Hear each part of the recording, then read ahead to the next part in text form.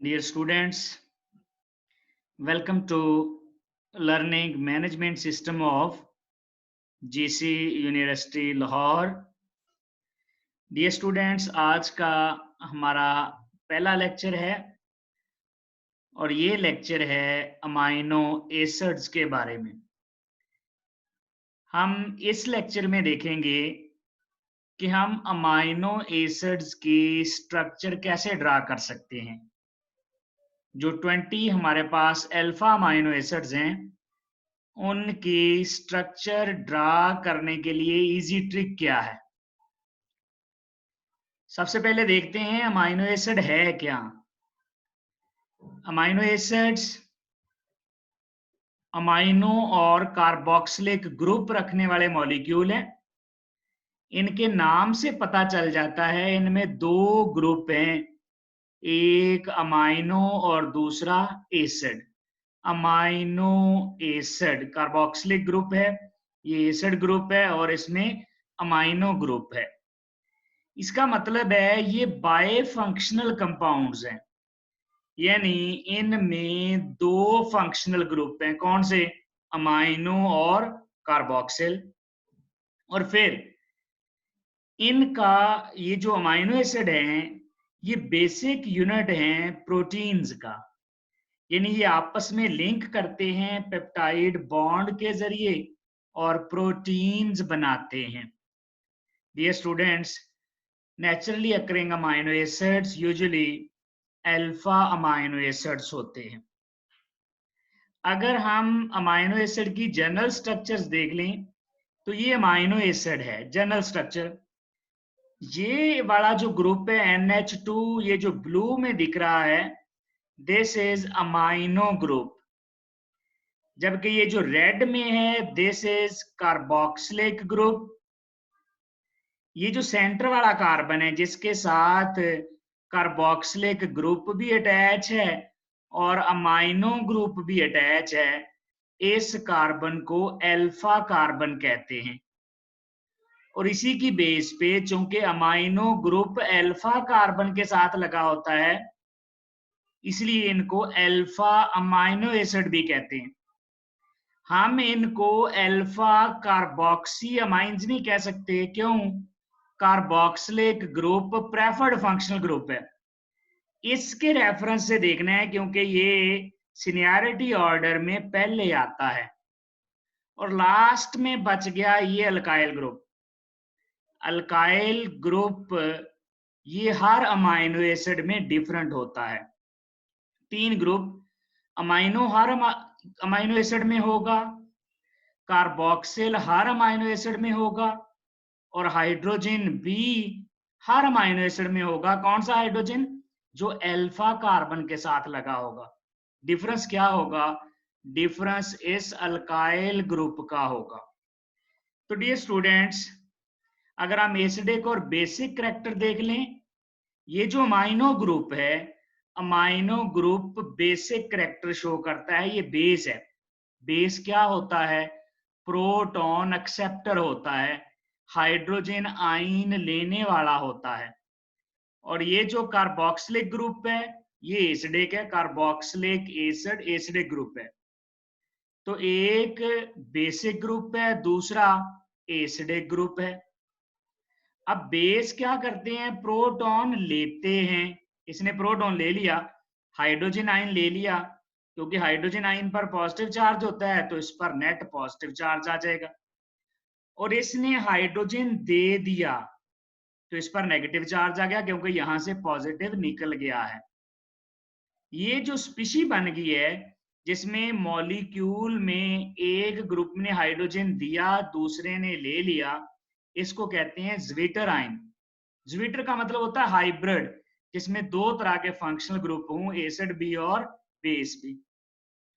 अब एसिड ने H दिया, बेस ने H लिया। एसिड और बेस जब आपस में मिलते हैं तो सॉल्ट बनता है। अब यहां पर एसिड और बेस अलग-अलग कंपाउंड नहीं है, एक ही मॉलिक्यूल के दो हिस्से हैं। तो इस वजह से इसको हम सॉल्ट की बजाय इंटरनल सॉल्ट कहते हैं। डियर स्टूडेंट्स, अब इन दो स्पीशीज में ये वाली जो है अमाइनो एसिड जनरल स्ट्रक्चर और ये ज्विटर आइन, दोनों में हाइड्रोजन आइन की पोजीशन का फर्क है। अगर हाइड्रोजन आइन की पोजीशन का फर्क हो तो ऐसे आइसोमर्स को हम टॉटोमर्स कहते हैं। Dear students, amino acid proton दे भी सकते हैं, ये वाला प्रोटॉन दे सकता है और ये प्रोटॉन ले सकता है, यानी इनको हम एम्फीप्रोटिक भी कह सकते हैं। एम्फी का मतलब होता है डुअल करैक्टर वाला, जो प्रोटॉन दे भी सके और प्रोटॉन ले भी सके। अब हम देखते हैं अमाइनो एसिड की स्ट्रक्चर्स। सबसे पहले जनरल स्ट्रक्चर है, अमाइनो होगा, H होगा, COOH होगा, R का फर्क है।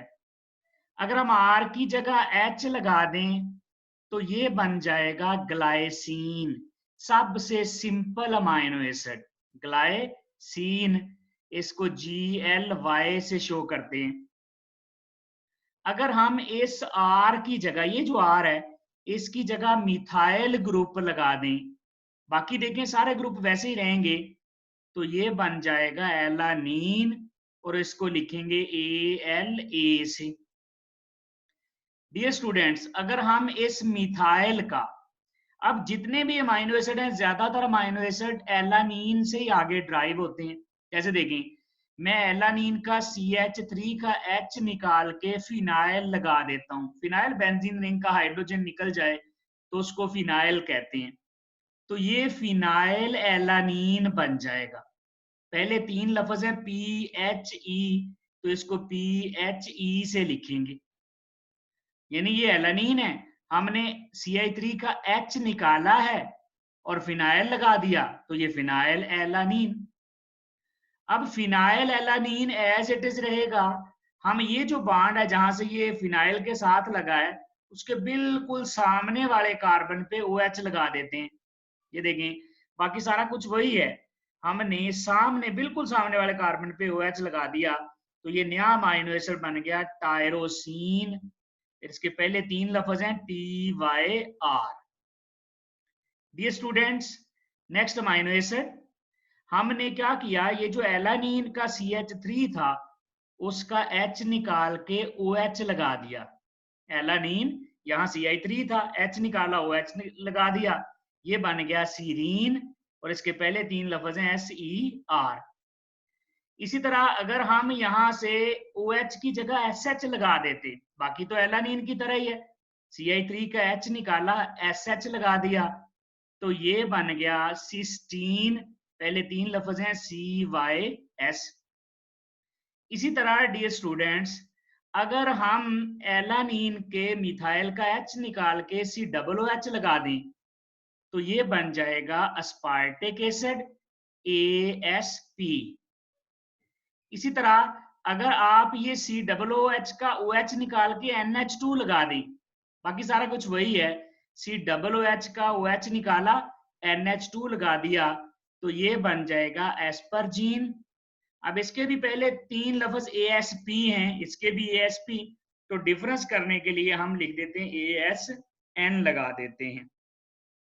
इसी तरह अगर डियर स्टूडेंट्स हम जो एलानीन है उसका H निकाल के CH2COOH लगा दें, यानी एक CH2 और बढ़ा दें, पहले एलानीन का H निकाला, CH2 तो है, एक और CH2 लगा के CaOH लगा दें, तो ये बन जाएगा ग्लूटामिक एसिड और इसको GLU से लिखेंगे। बाकी चीजें वही हैं, NH2C COOH, H में कोई फर्क नहीं आया, यहाँ CH3 होता तो एलानीन होता, हमने H निकाल के CH2COOH लगा दिया।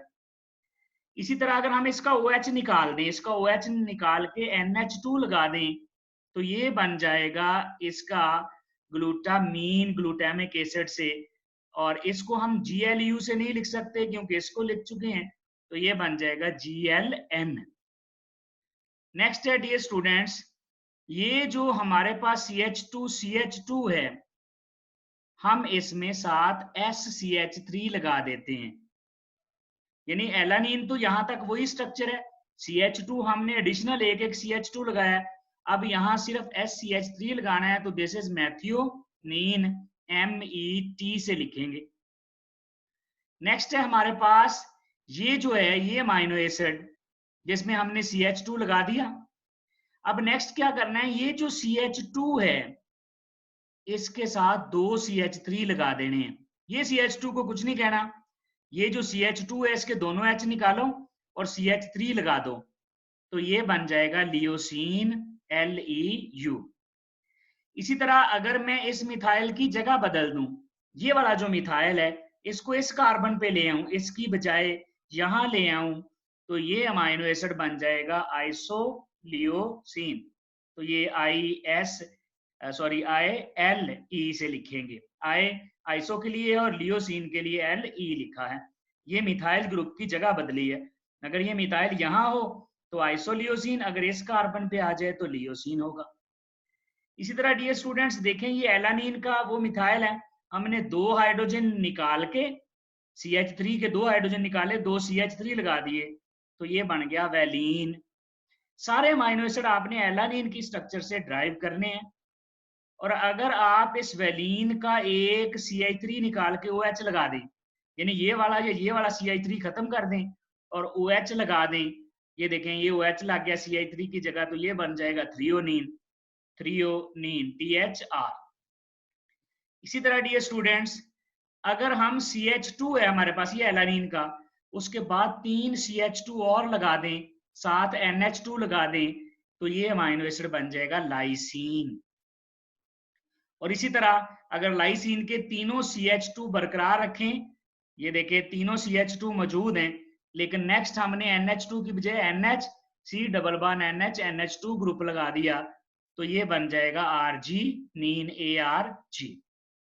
डियर स्टूडेंट्स, अगर हम ये जो है इसका CH2 का H निकाल के एलानीन का 5 मेंबर्ड रिंग लगा दें, जिसमें अल्टरनेट डबल बॉन्ड हूं और अल्टरनेट ही नाइट्रोजन हूं, नाइट्रोजन अल्टरनेट है, नाइट्रोजन सिंगल, फिर नाइट्रोजन नहीं है, कार्बन है, फिर नाइट्रोजन, और देखें डबल सिंगल डबल ये भी अल्टरनेट है, तो ये बन जाएगा हिस्टिडीन HIS।